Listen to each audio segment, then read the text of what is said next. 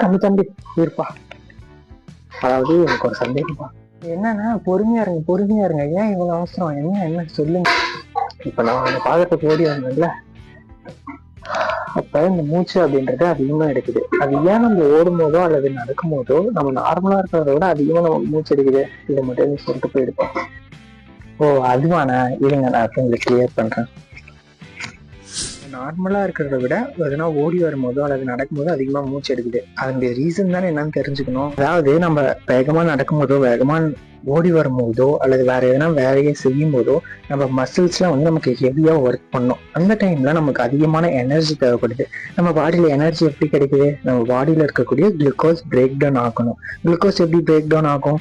அதாவது அந்த இடத்துல ஆக்சிஜன் தேவை. அப்பதான் குளுக்கோஸ் பிரேக் டவுன் ஆகி நமக்கு எனர்ஜியா கன்வெர்ட் ஆகும். இந்த டைம்ல நமக்கு அதிகமான ஆக்சிஜன் தேவைப்படும். ஏன்னா அப்பதான் அதிகமான குளுக்கோஸ் பிரேக் டவுன் ஆகி நமக்கு அதிகமான எனர்ஜி கிடைக்கும். ஓகேவா? இதனாலதான் நம்ம வேகமா ஓடும் போதோ அல்லது வேகமா நடக்கும் போதோ வேற எதனா வேலையை செய்யும் போதோ நமக்கு அதிகமான மூச்சு எடுக்குது. அப்பதான் நமக்கு அதிகமான எனர்ஜி கிடைக்கும். இதுக்கு பேர் தான் செல்லுலார் ரெஸ்பிரேஷன்.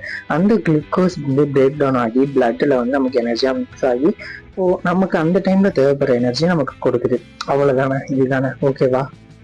பாய். அப்புறம் ஒரு நிமிஷம், பிடிச்சிருக்கா?